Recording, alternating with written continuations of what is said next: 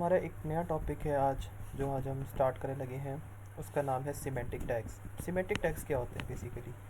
तो सबसे पहले तो हम सिमेंटिक टैग्स के लिए हमें एमिट टैग ऐड करना पड़ेगा index.html के अंदर। इसका नाम देते हैं सिमेंटिक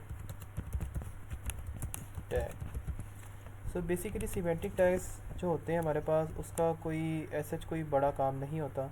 उसका काम ये होता है कि वो डोंट सेव करते हैं। सिमेंटिक टैग्स बेसिकली आपके पास ऐसे टैग्स होते हैं कि जिनका कोई मतलब नहीं होता, लेकिन ये आपकी वेबसाइट को जो है एक as a SEO point of view जो है आपकी बहुत हेल्प करते हैं।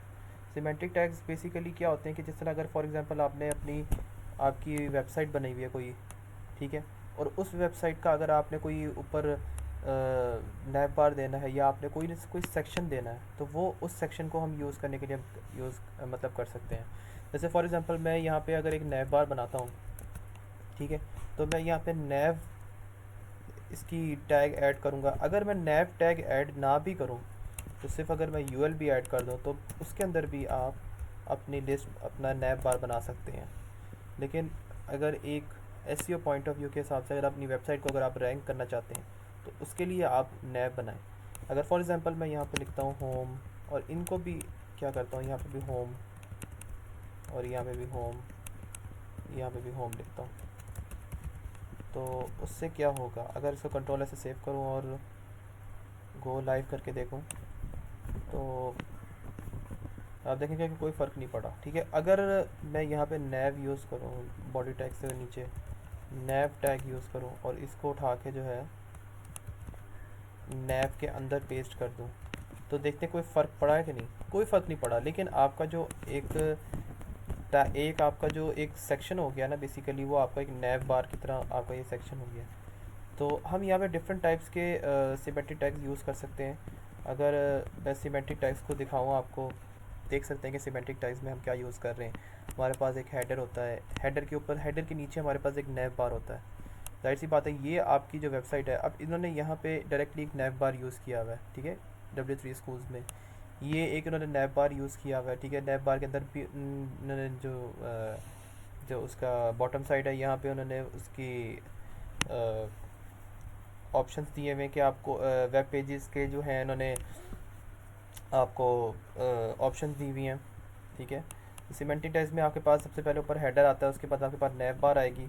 और अगर आपकी ये पूरा एक अगर आपकी वेबसाइट है, तो आपकी वेबसाइट अगर इस तरीके से डिज़ाइन हुई भी होगी, तो आपकी एसईओ करने में भी हेल्पफुल होगी, ठीक है। हेडर है हमारे पास, नैव बार है, सेक्शन होता है हमारे पास कि जिस सेक्शन में हमने सारा थोड़ा बहुत डॉक्यूमेंट्स लिखे होते हैं, जिस तरह ये वाला हमारा एक सेक्शन है।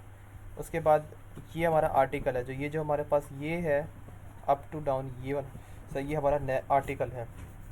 और साइड पे हमारे पास यहाँ पे साइड के ऊपर ये जो आपके पास थोड़े एड्स आ जाते हैं, तो ये हो जाता है। और फुटर हमारा हमारी वेबसाइट का सबसे एंड पार्ट होता है, जहाँ पे हम अपनी एग्जांपल्स लिखें, जहाँ अपने थोड़ा बहुत इंट्रोडक्शन लिखा होता है, जहाँ पे आप मेल्स वगैरह लिखा होता है कि आप कांटेक्ट करना चाहें। तो असाइड का काम ये होता है। अब मैं हमें यहाँ से एक कॉपी करूँगा और उसको देखते हैं।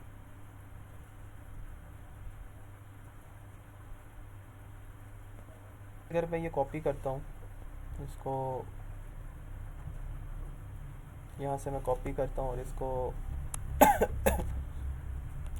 नैव के नीचे लिखता हूँ, कंट्रोल से सेव करके देखता हूँ, तो आप ये देखें कि सिमेंटिक टैग्स के अंदर ये एक हमारे पास कोई ऐसा फ़र्क नहीं पड़ता इसका ज़्यादा यूज़ करने का। अगर मैं इसको इसी डाटा को जो है